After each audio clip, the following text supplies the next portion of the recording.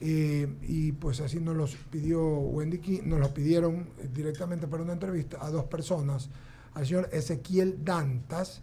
Ezequiel Dantas es un brasilero, él es de Fortaleza, nos dijo, ¿verdad? Él es asesor técnico regional de Vital Stranges, eje de datos de investigación, y actualmente es asesor técnico regional de esta empresa y va a dar algunos datos de investigación, resultados para la seguridad vial en 5 países y en 12 ciudades de América Latina. Y nos acompaña también Nicole Khalil de la ATM, ¿es así?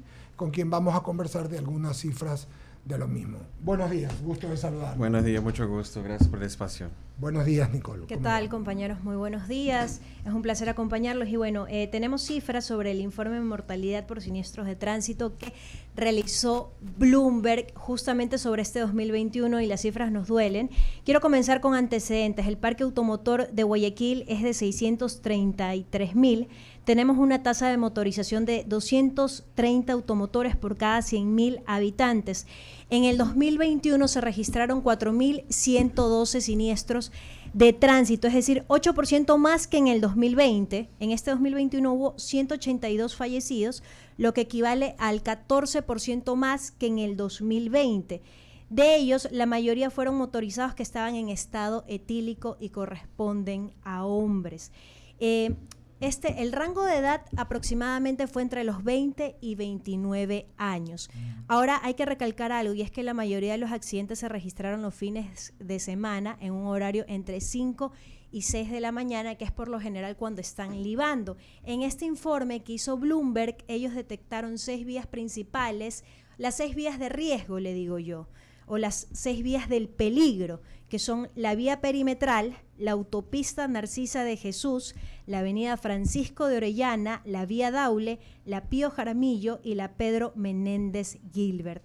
La principal causa fue el exceso de velocidad, seguido por el irrespeto de las señales de tránsito y conducir bajo consumo, exacto, bajo el consumo de alcohol. El uso del celular no está... También, esa es la cuarta causa, el uso del celular, y nos da mucha pena. ¿Qué estamos haciendo nosotros? Estamos realizando capacitaciones a conductores, son totalmente gratis. ¿Cómo pueden acceder? En el caso, por ejemplo, de las universidades, de las empresas, pueden escribir a un correo que tenemos, educacion.vial@atm.gov.es. Repito, si usted quiere como empresa, por ejemplo, ahora hay mucho servicio de delivery que aumentó con el tema de la pandemia, pueden solicitar estas capacitaciones gratuitas a educacion.vial@gov.es. ¿Hay capacitaciones para los motociclistas? Claro que sí, lo estamos haciendo con muchas empresas privadas, por ejemplo,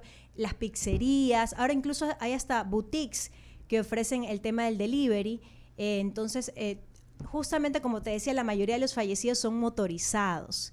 Entonces estamos realizando estas capacitaciones. En lo que va del año ya hemos capacitado a más de 2.600 motorizados. Es gratis, la capacitación dura de 3 a 4 horas y pueden solicitarla a educacion.vial@atm.gov.es. Ahora, precisamente Ezequiel está acá desde el 2020, ¿no? Levantando esta información. ¿Cuáles son los principales factores de riesgo que has encontrado justamente en ese levantamiento de información? Gracias por la pregunta. Cuando miramos los principales factores de riesgo asociados a estas víctimas fallecidas en el tránsito de Guayaquil, principal número 1 es exceso de velocidad. Esto es el principal factor de riesgo. En verdad, acá en Guayaquil, en el año de 2021, 1 en cada 2 personas, mitad, 50% de las personas que fallecieron en tránsito acá estaban asociados con el factor de riesgo de exceso de velocidad. Entonces, esto de hecho es el más grave acá en Guayaquil. Y un comentario es que la Organización Mundial de la Salud ya ves este problema de seguridad vial como un problema de salud pública. Entonces, cuando miramos el rol de ATM en este proceso, es un rol de prevención de muertes y lesiones de tránsito. Es un rol muy, muy distinto de salud pública, de hecho, para reducir este impacto en salud pública. Entonces, sí tiene que combatir, de hecho, estos factores de riesgo. Entonces, sí, exceso de velocidad es el principal. Y también observamos un acréscimo en los últimos 2 años del factor de riesgo de tomar y conducir. Se lo escuchaba a Nicole justamente, ¿no? Que va vinculado el exceso de velocidad con el consumo de alcohol. Exacto. Y ahí es una combinación fatal. Cuando se tiene alcohol junto con exceso de velocidad, sí genera un riesgo terrible para la vida. Ahora, y un detallito de mi parte nomás. Yo no sé qué tanto, porque tú has tenido la oportunidad de estar asistiendo, brindando conocimientos también a Quito. Cuestión climático, porque acá ves el factor del clima. El trópico es distinto, ¿no? A nuestra serranía. De alguna manera incide, porque hace un momento en una transmisión en directo desde exteriores teníamos en la avenida Guillermo Pareja Rolando, ¿no? Y veíamos que la gente, a esta hora tan temprano, y ya la gente sale desaforada, conduciendo como loca, queriendo, en un área donde están haciendo una reparación vial. Pregunto, ¿el factor climático incide? Tú hablas en la actitud. En la actitud de la persona, a eso me refiero, del conductor, pues. En términos de factor climático, que nosotros reconocimos como un aspecto técnico de eso, es cuando si hay más lluvia, ahí sí, estos tiempos de lluvia de hecho generan, como un factor de riesgo adicional. Pero esto es el factor climático técnico que nosotros reconocemos como problema. Lo que yo creo que Alberto quiere significar, a ver si te interpreto también, es que si el factor de temperamento, sabes que en la sierra la gente es más formal, la gente es más tranquila, su actitud es un poco menos dada, efusiva. ¿no? Efusiva. ¿Usted cree, Dante, que eso incide en la actitud de los que manejan? Sí, aún no vimos esta diferencia, como en los datos, aún no vimos esa diferencia tan expresiva, ¿no? Cuando miramos. ¿Sabe qué también hemos hecho en estas vías que elige, como le digo yo, las vías del terror? Hemos colocado radares, no con el fin de multar, sino justamente están los paneles informativos alertando a la ciudadanía para que puedan disminuir la velocidad, y también los puentes peatonales elevados los hemos modernizado. Antes los ciudadanos se quejaban y no los utilizaban porque decían, sí, esos puentes peatonales están oscuros y me da miedo que me roben. Entonces hemos modernizado estas estructuras sin techo justamente para aprovechar la luz del día. Pero en la noche se activan unas luminarias que están ubicadas en zonas súper altas y con doble refuerzo de seguridad para evitar el robo de estas, que en el pasado personas inescrupulosas afectaban los bienes de los guayaquileños. Adicional, hemos colocado cámaras de videovigilancia y megafonía permanente para ayudar a la policía en el ejercicio de su competencia, que es garantizar la seguridad de los peatones. Estas cámaras van a ser operadas desde el CCITT, que es el Centro de Control de Tránsito Integrado y Transporte, es decir, desde el sistema de ojos de águila que está enlazado al EQ911. Por ejemplo, si uno ve durante el monitoreo un expendedor de drogas, un ciudadano en actitud sospechosa o un comerciante informal, lo puede detectar. Exacto, y va a coordinar con un agente metropolitano o la Policía Nacional un operativo en ese instante y le va a hablar al ciudadano por el megáfono que su mal accionar quedó registrado. Muy bien, licenciado Segarra. Gracias, Eduardo. Buenos días, Ezequiel. La verdad que cuando uno realiza charlas, talleres para evitar justamente la accidentabilidad, ¿qué efectos puede tener inmediato o mediato el tema? Bueno, efectos inmediatos sobre reducciones de siniestralidad, como reducciones de fallecidos y lesionados. Nosotros vimos un concepto que se llama sistema seguro, que es básicamente trabajar al mismo tiempo campañas de comunicación y medios masivos y de educación vial, junto con acciones de control y junto con cambio de infraestructura también. Entonces, mirando los puntos críticos. En combinación de esos tres temas, ahí sí puede bajar como en un plazo más corto estos números, ¿sí? de fallecidos y de lesionados. Los problemas en Quito y Guayaquil los conoce, ¿verdad? Sí, nosotros conocemos. Sí. Los conoce. En relación a otras ciudades de los países a la cual usted representa, ¿de alguna otra manera es el mismo problema? Cuando miramos, hoy en la iniciativa acá en Latinoamérica, nosotros trabajamos en 12 ciudades, ¿sí? Y acá en Ecuador en 2, Quito y Guayaquil. Cuando miramos ese grupo de ciudades, vimos que hay mucho más similaridades do que como diferencias entre ellas. Y una cosa que es transversal a casi todas es la cuestión del factor de riesgo de exceso de velocidad. Y de hecho, este factor de riesgo es el factor de riesgo que más genera gravedad en las lesiones y genera muertes. Entonces, esa es una cosa transversal a muchas de nuestras ciudades que estamos trabajando acá. Tanto trabajamos en 4 ciudades en Brasil, 2 acá en Ecuador, 2 en Argentina, 2 en México y 2 en Colombia.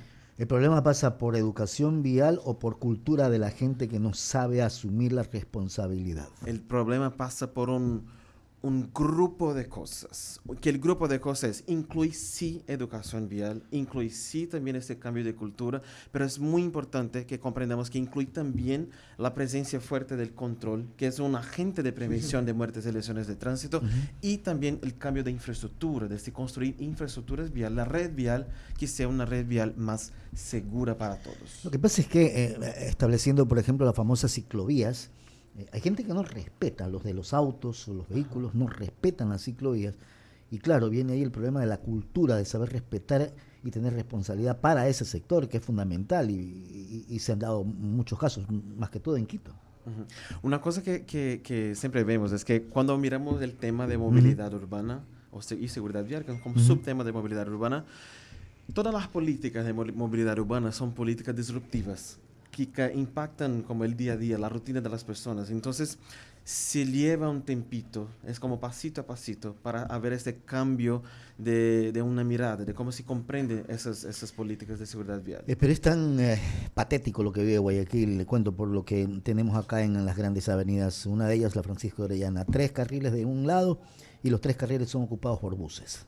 Es impresionante, o sea, esa cultura y el tema de las motos, que por más que se quiera decir que hay educación, talleres, guías para los motorizados, no existe. Los conductores tienen su propia... Es un mundo aparte, regla, ¿no? y contra eso es complicado. Y la autoridad hace lo que puede y tiene que hacer, pero es un tema de actitud, finalmente termina siendo un tema personal, ¿no?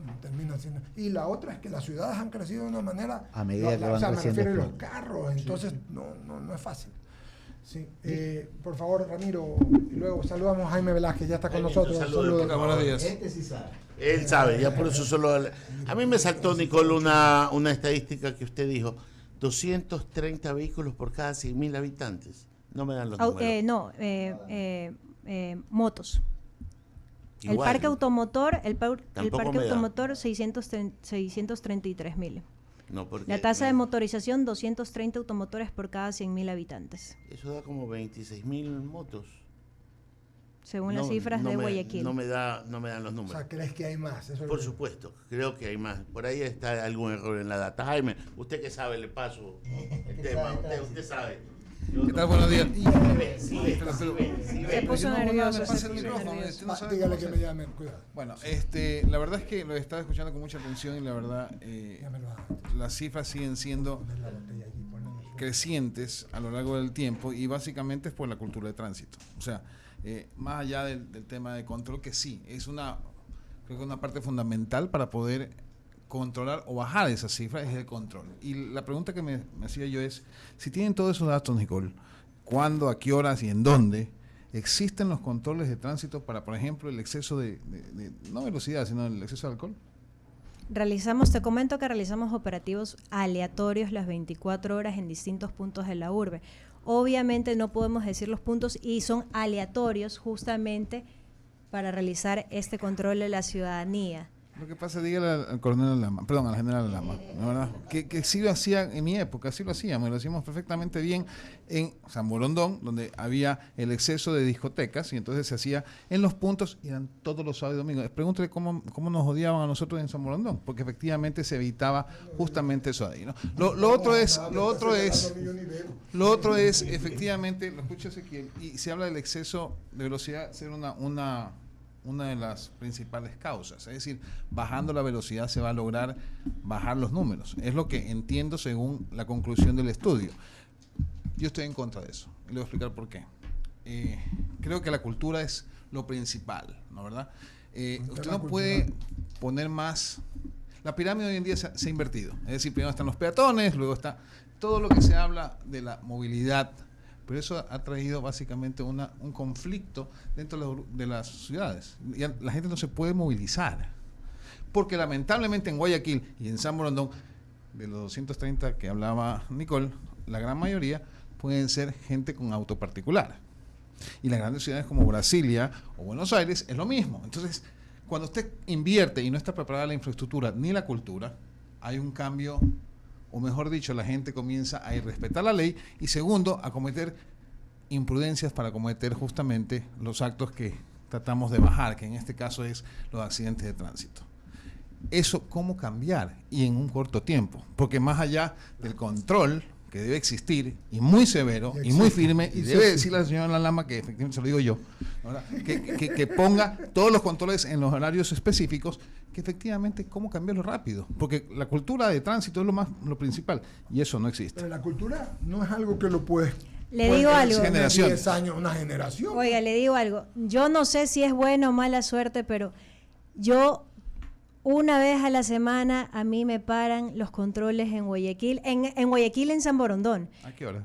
Oiga, le digo, en todos lados, en varios sectores de Guayaquil, en Miraflores, en Ceibos, entrando también a San Borondón por el Puente Nuevo, en varios sectores de Guayaquil, yo sí me encuentro con los agentes de tránsito. Le digo porque a mí también me paran y obviamente cumplo, presento mi licencia, mi matrícula, todo. Entonces yo sí veo los controles en distintos horarios. Yo también he visto algunos, sobre todo... y los he visto en Guayaquil, en San Borondón, pero Jaime habla de algo importante, que es la actitud. Alberto Quintana habló de la actitud también. ¿Cómo le cambiamos la actitud a la gente? Porque entendamos algo. Un día estuvo aquí uno de los autores del famoso libro y video El Secreto, el doctor Johnson. Estuvo aquí, sentado, lo entrevistamos. Y él me decía, ¿qué sacas tú irritándote cuando hay 1000 personas en una calle? Si no vas a poder hacer nada, vas a llegar tarde o no, relájate, escucha el 99, pon el 98.9, vas a llegar más temprano que tarde, pero la gente se irrita, la actitud de la gente es agresiva, violenta. El otro día le di paso a unos peatones y me fueron haciendo yuca. Y yo me bajé tontamente también a contestar, yo. O sea, quiero decir, hay un tema social, porque es sociológico, hay que verlo, de sociedades complicadas con violencia, una con neurosis, porque hay mucho tránsito, hay trabajo y hay problemas, y eso afecta. ¿Cómo ayudamos a cambiar esto? Jaime dice una generación, pero... La pregunta de $1 millón, ¿sí? Entonces, miras, cuando miramos, por ejemplo, la Organización de las Naciones Unidas, que en 2010 lanzaron la primera década para reducción de muertes de lesiones de tránsito. Ellos establecieron una meta de reducción por la mitad en todo el mundo. En todo el mundo se muere 1.3 millones de personas al año. Ajá. Entonces la idea era reducir en 10 años por la mitad esos números.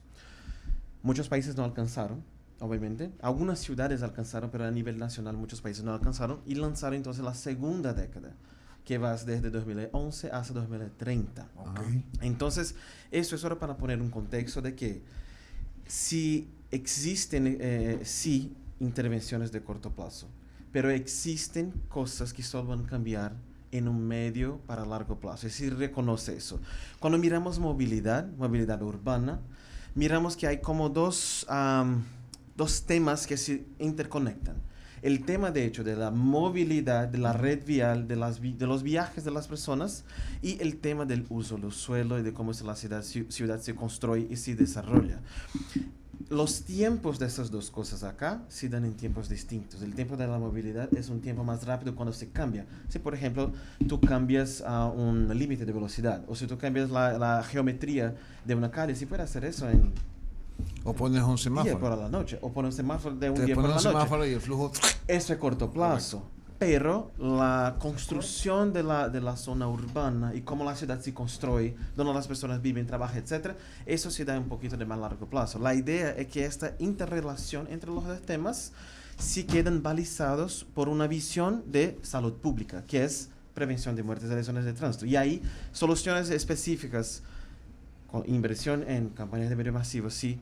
Control fuerte, sí, principalmente en los principales factores de riesgos, que son exceso de velocidad, tomar y conducir, uso de casco, uso correcto de casco. Para las motos. Y también uso de cinturón. Esos son los 4 principales. Celular también es, teléfono también es uno de los factores de riesgo, pero cuando Los 4 primeros son los los 4 primeros son esos que más generan como gravedad, ¿sí? Entonces, hay estas intervenciones que son posibles, sí. Entonces, eso va a ser interconectar con la forma de la ciudad y en medio y largo plazo. La forma de la se ciudad, cambia. ¿a qué se refiere? Uso de suelo, de cómo la ciudad se distribuye. O sea, Planificación si urbana, es una ciudad urbana. que tiene montañas, claro. Sí. Planificación urbana, es decir, cómo vas tú desarrollando urbanizaciones, centros comerciales, etcétera, Sí. que eso lamentablemente en nuestras ciudades no existe. No, aquí se hizo. Ese es el problema aquí en Guayaquil, al menos. Y Es un problema de todos. Todos nosotros. Es una tremenda realidad de Latinoamérica, ¿no? Lamentablemente en las ciudades, incluso acá, ¿qué requiere una ciudad? Un plan de desarrollo y ordenamiento territorial, que tiene su componente con el plan de movilidad, ¿no? Que era lo que decía Eduardo, el crecimiento de las ciudades y va en desorden, entonces generas un caos a medida que va creciendo la ciudad. Claro, entonces no es tan fácil llegar porque hemos tenido un crecimiento desordenado. Totalmente. Y es algo que arrastramos históricamente las ciudades acá, en Ecuador y en Latinoamérica. O sea, arrastramos ese grave problema, la falta de planificación, el divorcio que hay entre el crecimiento de una urbe y la planificación, que ahí es que entre este tema del PDOT, el Plan de Desarrollo y Ordenamiento Territorial, es vital. Si ustedes se ponen a revisar 221 cantones hay en el Ecuador y revisen si los GACs municipales cuentan con un PDOT.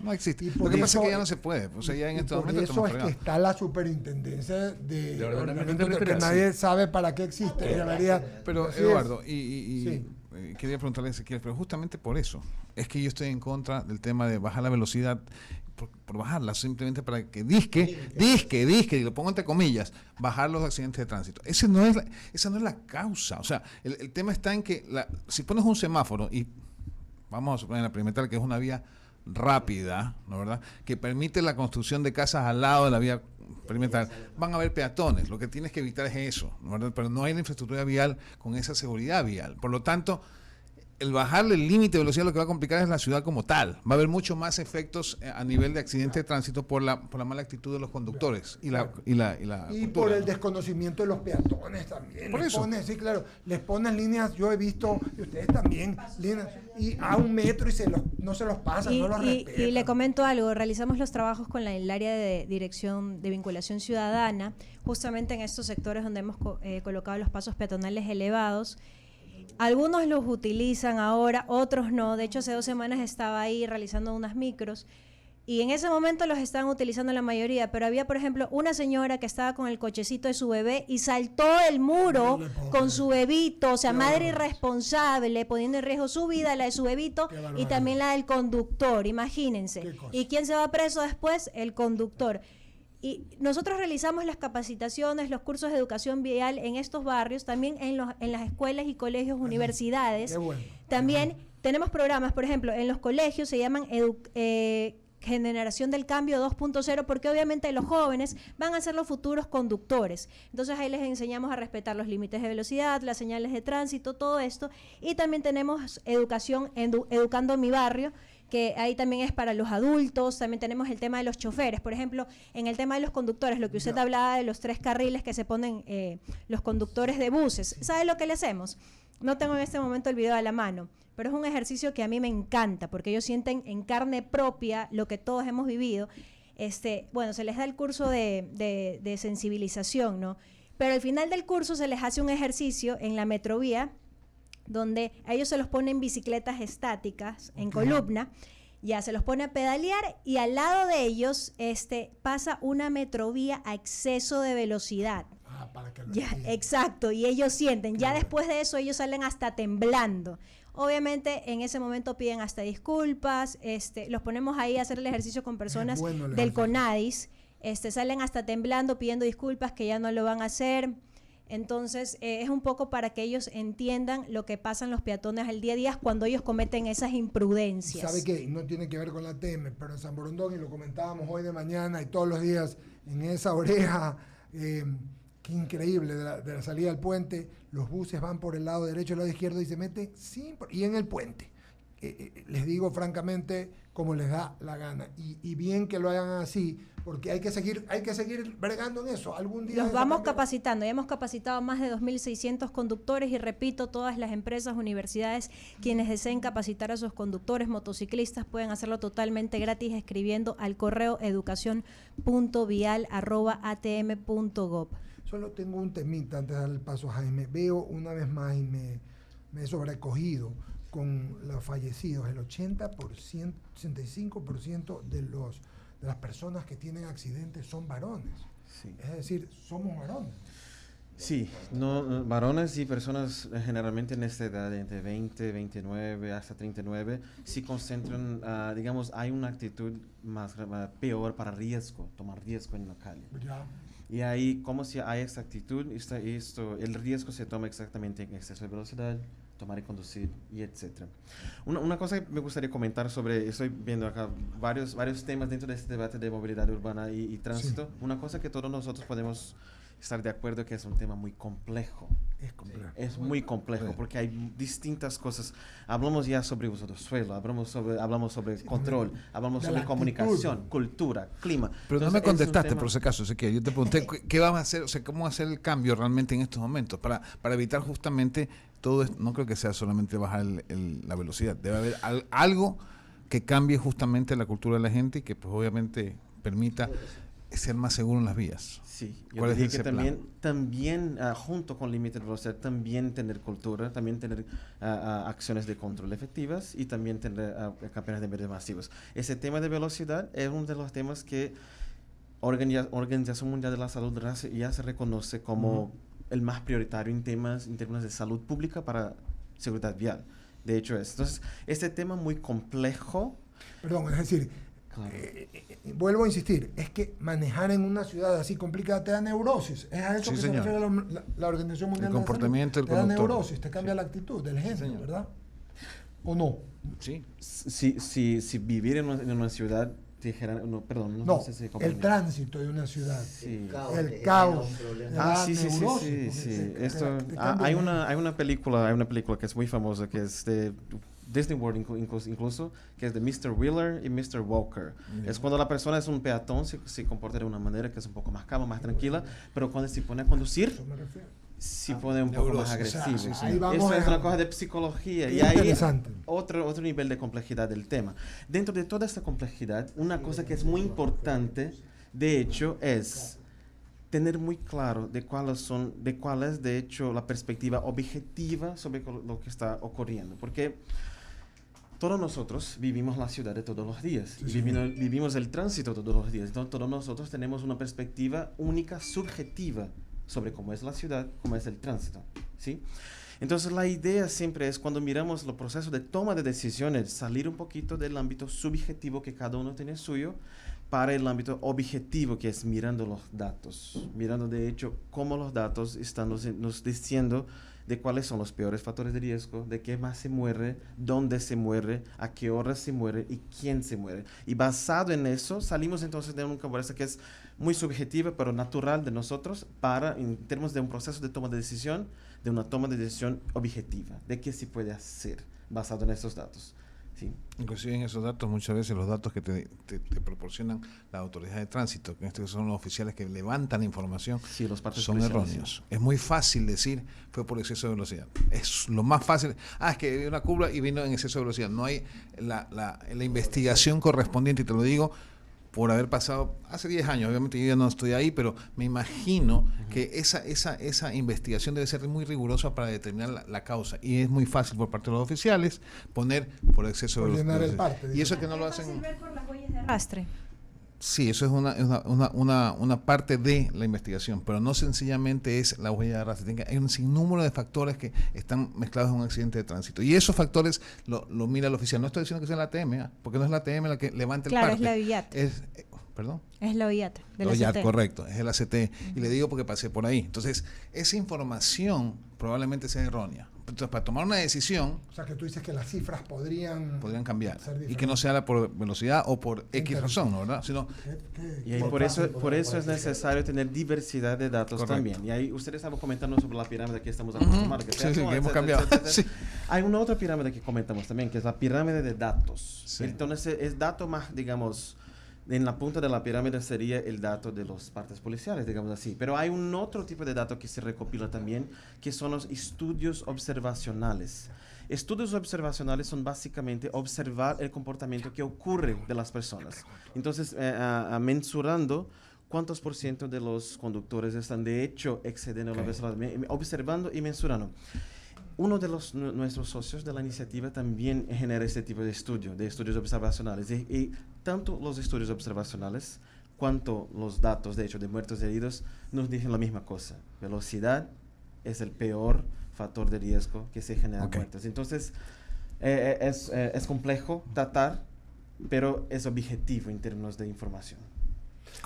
Nicole, hay algo más que conversamos el otro día y que usted me comentó, algo de la recreovía. ¿Me puede explicar algo? Ay, sí, Eduardo, y a todos ustedes les quiero hacer una invitación para que acudan con sus amigos y su familia este domingo 15 de mayo. Desde las 7 de la mañana hasta las 13 horas, pueden ir en cualquier momento de ese horario, el tiempo que ustedes deseen, a la recreovía. Pueden ir a caminar, a trotar, a andar en bici, en patines, en patineta con sus amigos o con su familia. Vamos a cerrar un tramo, ya les voy a dar las avenidas, van a estar agentes de tránsito justamente para que ustedes puedan desplegarse tranquilamente. Es más, si no saben andar en bici o en patines, pueden aprovechar, pueden ir ahí, pueden aprender, porque van a tener todas las comodidades. Vamos a cerrar los tramos de la avenida Isidro Ayora, de la avenida Agustín Freire, de la avenida Agustín Juan Tancamarengo, de la avenida José Castillo y de la avenida Francisco de Orellana. Desde las 7 hasta las 13 horas va a estar cerrado, así que aproveche, vaya en familia, con sus amigos. Es un momento súper bonito. Este domingo. Es todos los domingos. Como lo hace Juan José Junior. Así es. Acá también. Lo van a hacer todas las Aquí es todos los domingos. Es súper bonito. Un carril se cierra, ¿verdad? Un tramo. El tramo entero. Pueden ir. No necesitan. Pueden ir a aprender a andar en bici, en patines, a caminar, a correr. Es lindísimo. Es lindísimo. Qué buena noticia. Felicitaciones a la ATM. Dante, Nicole, muchas gracias. La verdad que he releído estas cifras varias veces. Y de verdad que me he quedado sorprendido, sobre todo este último tema de lo que ha subido, lo dijo usted, Nicole, ha subido de 14 a 18, ¿verdad? El víctimas fatales de siniestro de tránsito, y eso sí me llama la atención, ¿no? Porque se supone que debemos estar más conscientes, la pandemia debió habernos hecho conscientes de lo fácil que es la vida y la muerte, que están aún. Entonces, debemos de pensar en eso y debemos de tratar de pensar en nosotros, en los peatones y en nuestras familias y la de los que también manejan o caminan. A todos ustedes les mando este mensaje. Sus palabras finales, mi querido Dante y Nicole. Primero, mucho gusto por ese espacio. Y sí, de hecho, de acuerdo, estamos saliendo de un momento muy atípico de 2020-2021. Y saliendo de este momento atípico, estos dos factores de riesgo, que son de velocidad y de tomar y conducir, sí incrementaron en esos 2 años y están generando una situación un poquito más grave. Entonces tenemos que tener mucha atención sobre eso, pero es muy importante siempre recordar que el problema de seguridad vial es un problema de salud pública y nuestro principal rol acá en ATM, en la seguridad vial, de hecho, es prevenir muertes y lesiones y de hecho salvar vidas. Muchas gracias. Nicole. Bueno, solo les quiero pedir que respeten los límites y los límites de velocidad y las señales de tránsito. Recuerde que hay alguien que lo espera en casa. Muchas gracias a Nicole Khalil y a señor Dantes. Muchas gracias.